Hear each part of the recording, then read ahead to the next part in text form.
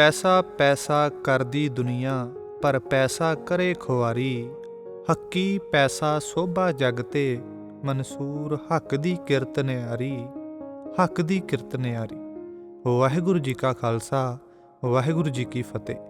Channel ਤੂੰ ਸਤ ਅਖੰਡ ਜੋਤ ਤੇ ਪ੍ਰੋਗਰਾਮ ਸੁਗੜ ਵਿਚਾਰ ਵਿੱਚ ਜੋ ਅੱਜ ਸਾਡੇ ਵਿਚਾਰ ਦਾ ਕੇਂਦਰ ਹੈ ਉਹ ਹੈ ਪੈਸਾ ਪੈਸਾ।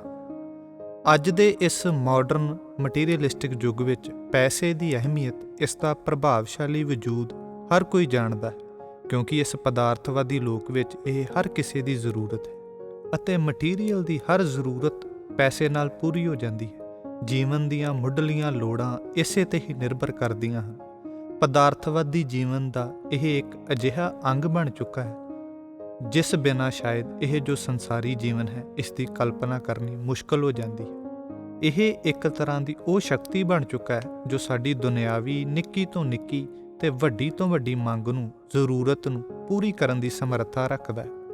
ਇਸ ਦੀ ਅਹਿਮੀਅਤ ਸਾਡੀਆਂ ਦੁਨਿਆਵੀ ਜ਼ਰੂਰਤਾਂ ਕਰਕੇ ਇੰਨੀ ਵੱਧ ਚੁੱਕੀ ਹੈ ਕਿ ਹਰ ਉਮਰ, ਹਰ ਵਰਗ ਦਾ ਵਿਅਕਤੀ ਇਸ ਨੂੰ ਇਕੱਠਾ ਕਰਨ ਵਿੱਚ ਲੱਗਾ ਹੈ, ਕਿਉਂਕਿ ਹਰ ਇੱਕ ਦੀ ਸੁੱਖ ਸੁਵਿਧਾ, ਜ਼ਰੂਰਤ, ਰੁਤਬਾ ਸਭ ਇਸ ਉੱਪਰ ਹੀ ਨਿਰਭਰ ਕਰਦਾ ਹੈ।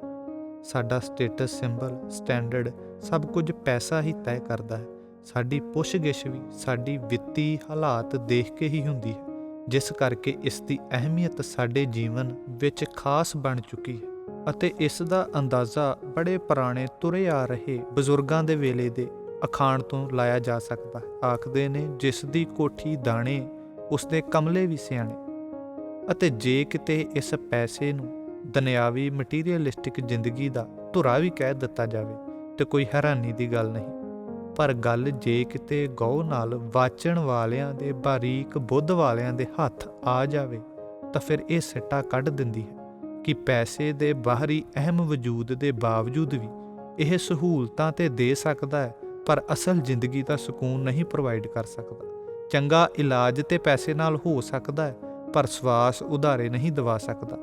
ਇਹ ਜੀਵਨ ਦੇ ਬਾਹਰੀ ਰੂਪ ਰੰਗ ਨੂੰ ਬਦਲ ਕੇ ਬਾਹਰੋਂ ਜੀਵਨ ਦਾ ਪੱਧਰ ਉੱਚਾ ਕਰ ਸਕਦਾ ਹੈ, ਬਾਹਰੀ ਦੁਨੀਆ ਵਿੱਚ ਅਮੀਰ ਤੇ ਕਰ ਸਕਦਾ ਹੈ, ਪਰ ਇਨਸਾਨ ਦਾ ਭੀਤਰ ਜਾਨੀ ਅੰਦਰ ਨਹੀਂ ਬਦਲ ਸਕਦਾ, ਕਿਉਂਕਿ ਅੱਜ ਦੇ ਸਮਾਜ ਵਿੱਚ ਬਾਹਰੀ ਤਲ ਤੇ ਇੰਨਾ ਅਹਿਮ ਵਜੂਦ ਰੱਖਣ ਦੇ ਬਾਵਜੂਦ ਵੀ ਇਹ ਜੀਵ ਦੀ ਪਹੁੰਚ, ਜੀਵ ਦੇ ਨਿੱਜ ਧੁਰ ਅੰਦਰ ਤੱਕ ਨਹੀਂ ਕਰਵਾ ਸਕਦਾ।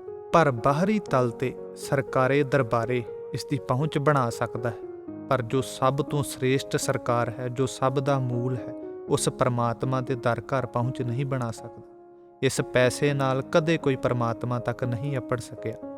ਪਰ ਇਸ ਦੇ ਵਿਪਰੀਤ ਜਦੋਂ ਕਿਤੇ ਇਹ ਪੈਸਾ ਇਨਸਾਨ ਦੇ ਦਿਮਾਗ ਤੇ ਲਾਲਚ ਜਾਂ ਹੰਕਾਰ ਕਰਕੇ ਹਾਵੀ ਹੁੰਦਾ ਹੈ ਤਾਂ ਇਹ ਇਨਸਾਨ ਨੂੰ ਇਸ ਦੀ ਮਾਨਸਿਕ ਸਥਿਰਤਾ, ਜੋ ਅੰਦਰੂਨੀ ਤਲ ਦੀ ਸਥਿਰਤਾ ਹੈ, ਉਸ ਨੂੰ ਸੁੱਟ ਦਿੰਦਾ ਹੈ, ਜਿਸ ਕਾਰਨ ਇਨਸਾਨ ਜੀਵਨ ਦੇ ਅਸਲ ਮਨੋਰਥ ਤੋਂ ਦੂਰ ਹੋ ਜਾਂਦਾ ਹੈ ਤੇ ਮਾਇਆਵੀ ਪ੍ਰਭਾਵਾਂ ਵਿੱਚ ਰਹਿੰਦਾ ਹੋਇਆ ਸੰਸਾਰੀ ਰਾਹ ਵਿੱਚ ਹੀ ਖੋ ਜਾਂਦਾ ਹੈ, ਭਾਵ ਗਵਾਚ ਜਾਂਦਾ ਹੈ, ਉਸ ਪਰਮਾਤਮਾ ਤੱਕ ਨਹੀਂ ਪਹੁੰਚ ਪਾਉਂਦਾ।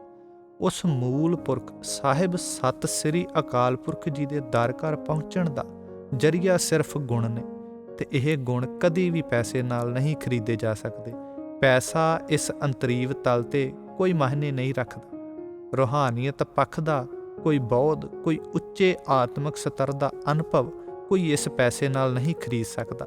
ਰੂਹਾਨੀਅਤ ਦਾ ਭੀਤਰ ਦਾ ਵਿਕਾਸ ਸਾਡੇ ਖੁਦ ਦੇ ਨਿੱਜ ਦੇ ਕਰਮ ਤੇ ਖੁਦ ਦੀ ਗੁਣੀ ਘਾੜਤ ਤੇ ਨਿਰਭਰ ਕਰਦਾ ਹੈ, ਜਿਸ ਵਿੱਚ ਪੈਸੇ ਦੀ ਮੌਜੂਦਗੀ ਦਾ ਕੋਈ ਕਰਮ ਕਿਰਦਾਰ ਨਹੀਂ ਹੁੰਦਾ। ਹੁਣ ਅਸੀਂ ਜੇ ਭੀਤਰ ਦੇ ਪੱਖ ਤੋਂ ਪੈਸੇ ਵੱਲ ਦੇਖੀਏ ਤੇ ਉਸ ਤਲ ਤੇ ਇਸ ਦੀ ਕੋਈ ਅਹਿਮੀਅਤ ਨਹੀਂ, ਪਰ ਬਾਹਰੀ ਦੁਨਿਆਵੀ ਤਲ ਤੇ ਵੇਖੀਏ ਤੇ ਇਹ ਹਰ ਤਰ੍ਹਾਂ ਦੀ ਬਾਹਰੀ ਸੁਵਿਧਾ ਨੂੰ ਮੁਹੱਈਆ ਕਰਾਉਣ ਦੀ ਤਾਕਤ ਰੱਖਦਾ ਹੈ। ਇਸ ਲਈ ਸਾਨੂੰ ਇਸ ਪੈਸੇ ਦੀ ਵਰਤੋਂ ਨੂੰ ਸੁਚੱਜੇ ਢੰਗ ਨਾਲ ਕਰਨਾ ਚਾਹੀਦਾ ਹੈ।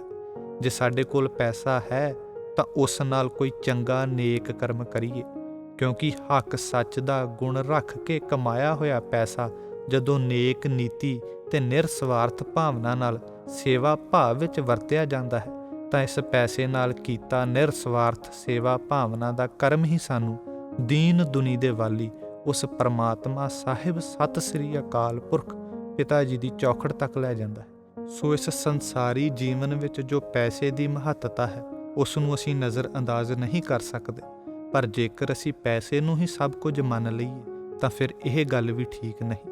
ਇਸ ਨੂੰ ਜੀਵਨ ਦੀਆਂ ਜ਼ਰੂਰਤਾਂ ਪੂਰੀਆਂ ਕਰਨ ਦਾ ਜ਼ਰੀਆ ਸਮਝਦੇ ਹੋਏ ਹੱਕੀ ਕਮਾਈ ਤੇ ਪਹਿਰਾ ਦੇ ਸੇਵਾ ਦੀ ਭਾਵਨਾ ਰੱਖਦੇ ਹੋਏ ਨੇਕ ਕਰਮ ਬਣਾ ਲਈਏ, ਨਾ ਕਿ ਇਸ ਪੈਸੇ ਨੂੰ ਹੀ ਆਪ ਦਾ ਜੀਵਨ ਸਮਝ ਬੈਠੀਏ। ਸਤਿ ਸ੍ਰੀ ਅਕਾਲ। ਵਾਹਿਗੁਰੂ ਜੀ ਕਾ ਖਾਲਸਾ, ਵਾਹਿਗੁਰੂ ਜੀ ਕੀ ਫਤਿਹ।